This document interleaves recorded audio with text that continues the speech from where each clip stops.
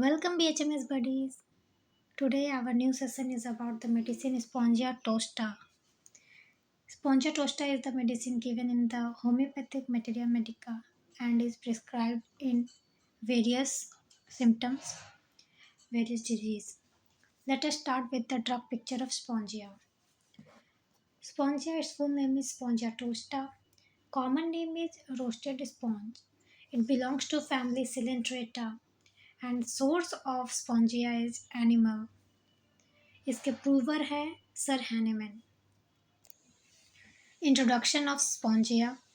Spongia is the specific remedy for the goiter. Goiter is the swelling in the neck region due to deficiency of iron. Prover Spongia के Hahnemann sir है, लेकिन ये Spongia एक specific remedy है goitre के लिए. ये बताया गया था अर्नल्ड वॉन विलानोवा के द्वारा.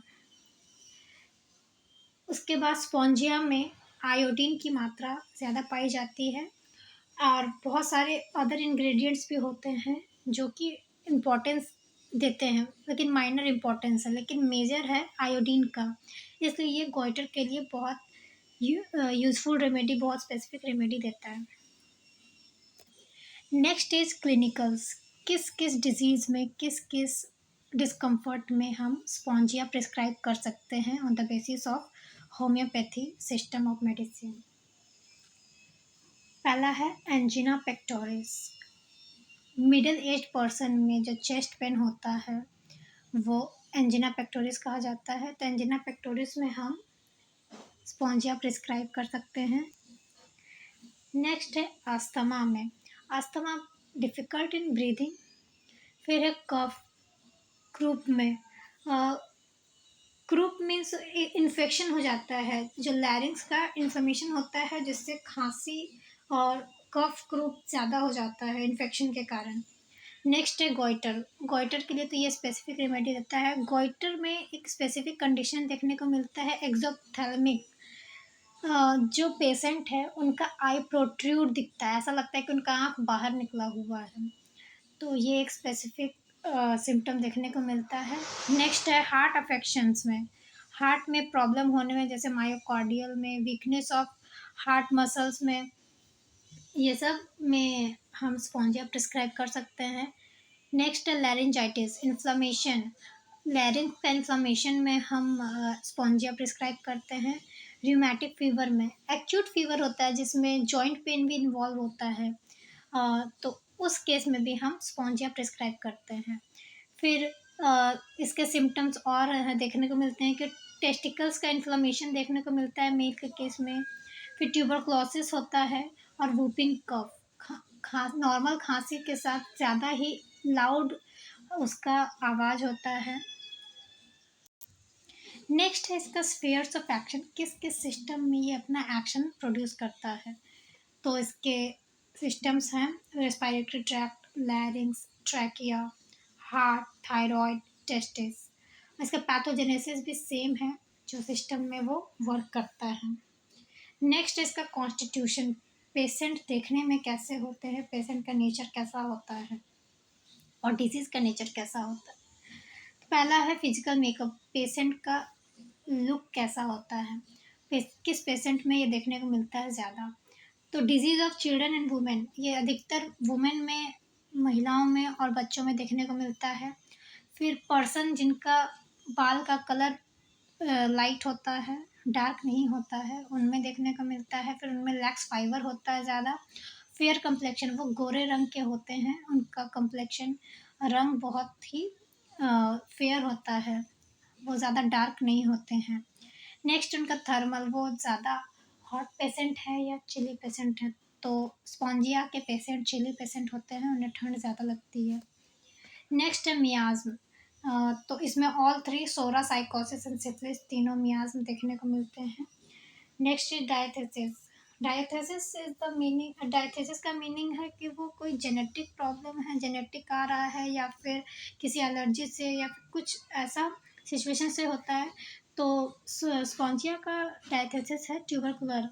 इसमें टीबी का पास देखने को मिलता है, मतलब जेनेटिक हिस्ट्री में, फैमिली हिस्ट्री में किसी को टीबी हुआ है जिससे पास ऑन होते होते हो सकता है उस पेशेंट में आया हुआ हो। नेक्स्ट ड्रग पिक्चर में हम देखते हैं गाइडिंग सिम्टम्स या फिर फिजिकल जनरल्स। तो पहला है swelling and induration of glands. जो ग्लैंड्स होते हैं जैसे थायराइड ग्लैंड एग्जांपल में, तो वो स्वेल कर जाते हैं और हार्ड हो जाते हैं, तो ये देखने को मिलता है। Next is dryness of mucous membrane of air passage. Respiratory tract के एयर पैसेज में जो जो ऑर्गन्स इन्वॉल्व होते हैं, जो जो पार्ट इन्वॉल्व होते हैं, जैसे थ्रोट, लैरिंग्स, ट्रैकिया, ब्रोंकाई, ये सब ड्राई हो जाते हैं। ऐसे तो इसमें म्यूकस लाइनिंग रहता है जिसके कारण ड्राइनेस नहीं होता, लेकिन इनके केस में ये ड्राई हो जाते हैं और हॉर्न कांटे की तरह फील होता है पेशेंट को। नेक्स्ट फिजिकल जनरल है sore throat, pain in throat area. फिर गोइटर के केस में देखने को मिलता है swollen thyroid gland with chin. Thyroid gland तो स्वेल हो जाता है और चिन भी इन्वॉल्व होता है, मतलब कि चिन और जो नेक है वो सेम लेवल पे ऐसा लगता है आ गया है। फिर सफोकेशन पैरोक्सिज्म एट नाइट, मतलब कि अचानक से रात के समय में उनके गले में लगता है कि उनका गला बंद हो गया है, टाइट हो गया है, जिससे उनको कुछ पार करने में बहुत ही परेशानी हो रही है। फिर कफ के केस में ड्राई होता है, बार्किंग कफ होता है, क्रूपी होता है, सिबिलेंट होता है, ऐसा सा आवाज़ आता है पेशेंट के खांसी में। उनका नॉर्मली जब वो सांस लेंगे तो ऐसा करके आवाज़ आता है, और फिर वो जब खांसते हैं तो वो बहुत ही लाउड बार्किंग का आवाज़ जैसा रहता है। और इनका कफ और ज़्यादा बढ़ जाता है मीठा चीज़ खाने से, ठंडा चीज़ खाने से, या फिर सर नीचे करने से। और इनका कफ में थोड़ा सा राहत मिलता है गर्म चीज़ों से। नेक्स्ट इज क्रूप इन्फेक्शन से, जो लैरिंग्स में जो इन्फ्लामेशन होता है वो होता है एनेक्सिटी से या वीजिंग से। वीजिंग वीजिंग भी वही ऐसा सा आवाज़ आता है, खांसी होता है, और ये बढ़ जाता है, सांस वो इंस्पायर करते हैं तो ज़्यादा हो जाता है, इंस्पिरेशन में बहुत दिक्कत होता है। मिडनाइट से पहले, मिडनाइट से पहले उनको वो जब इंस्पायर करते हैं तो वो क्रूप और बढ़ जाता है, उनको परेशानी और बढ़ जाती है। एंजिना के केस में देखने को मिलता है कॉन्ट्रैक्टिंग पेन। पेन बहुत ही ज़्यादा ऐसा लगता है कि वो कॉन्ट्रैक्ट हो रहा है, हार्ट के पास के एरिया बहुत ही कॉन्ट्रैक्ट हो रहा है और वो बहुत ज़्यादा ही दर्द होता है। वो चक्कर भी आ जाता है उन्हें, फेंट हो जाते हैं। हीट सफोकेशन, बहुत ज़्यादा ही गर्मी लगता है, पसीना आता है उन्हें। और आफ्टर मिडनाइट 12 बजे के बाद इनका कंडीशन बहुत ज़्यादा ही ख़राब होने लगता है, उन्हें बहुत ज़्यादा ही तकलीफ़ होती है। Awakened suddenly after midnight before or during menstruation। Women के केस में देखने को मिलता है कि या ड्यूरिंग मेंस्ट्रुएशन या फिर पहले उससे वो अचानक से रात को उठ जाती है, और वो मतलब उसके बाद उनको नींद नहीं आता, बहुत दिक्कत होता है। Next is valvular insufficiency. Heart heart में जो दो चैम्बर एट्रिया वेंट्रिकल के बीच में जो वॉल्व प्रेजेंट होता है, तो इस पेशेंट के सिम्टम में ऐसा उन्हें लगता है कि वाल्व से सफिशिएंटली ब्लड फ्लो नहीं हो रहा है, इसलिए वाल्व में कुछ दिक्कत आ गया, ऐसा उन्हें फील होता है। Next is spermatic cord testicle swollen, painful, bruised and squeezed. इन स्पॉन्जिया के केस में सिम्टम देखने को मिलते हैं मेल में कि जो स्पर्मेटिक कॉर्ड टेस्टिकल एरिया है वो स्वोलन हो जाता है और बहुत ही पेन, ऐसा ब्रूइज्ड मतलब कि लगता है उन्हें जैसे वो छिल गया है, स्क्वीज जैसे वो सिकुड़ गया है, ऐसा ऐसा केस देखने को मिलता है।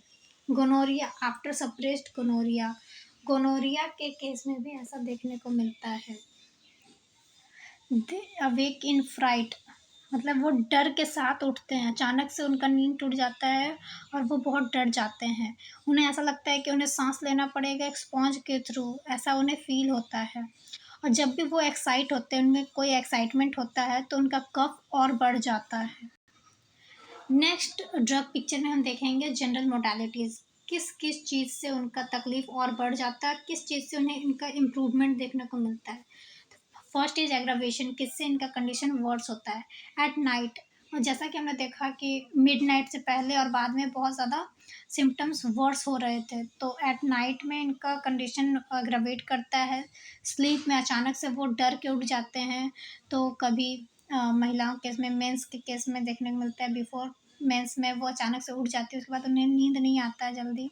फिर कोल्ड एयर से, कोल्ड फूड से उनका कंडीशन एग्रावेट करता है, सिम्पटम एग्रावेट करता है और उन्हें और दिक्कत होता है।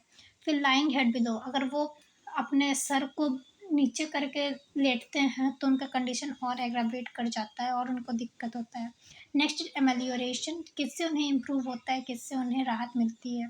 तो warm food and warm drink से, गर्म खाने से उन्हें उनके रेस्पिरेटरी पैसेज को गर्मी मिलती है और उनका गला सेकाता है तो उन्हें राहत मिलती है। Next is relation. तो Spongia follows well after aconite hepar sulphur in croup case, और ये ब्रोमियम और कार्बोवेज के बाद इसको फॉलो अच्छा से करता है। और अगर स्पॉन्जिया लेते हुए अगर ज़्यादा हो गया है बॉडी में, तो उसके लिए एंटीडोट दिया जाता है कैम्फर। तो ये हमने आज जाना स्पॉन्जिया के ड्रग पिक्चर के बारे में, किस किस सिम्टम में, किस किस डिजीज़ में हम स्पॉन्जिया प्रिस्क्राइब कर सकते हैं। अगर आपको ये जानकारी अच्छी लगी तो आप प्लीज़ इस वीडियो को लाइक करें, शेयर करें और अपने दोस्तों में ये वीडियो फैलाएं ताकि उन्हें भी ये जानकारी मिले। और सब्सक्राइब करें इस चैनल को। कोई भी डाउट हो, कुछ भी प्रॉब्लम हो, चाहे कुछ समझ ना आया हो तो कमेंट करें। Thank you.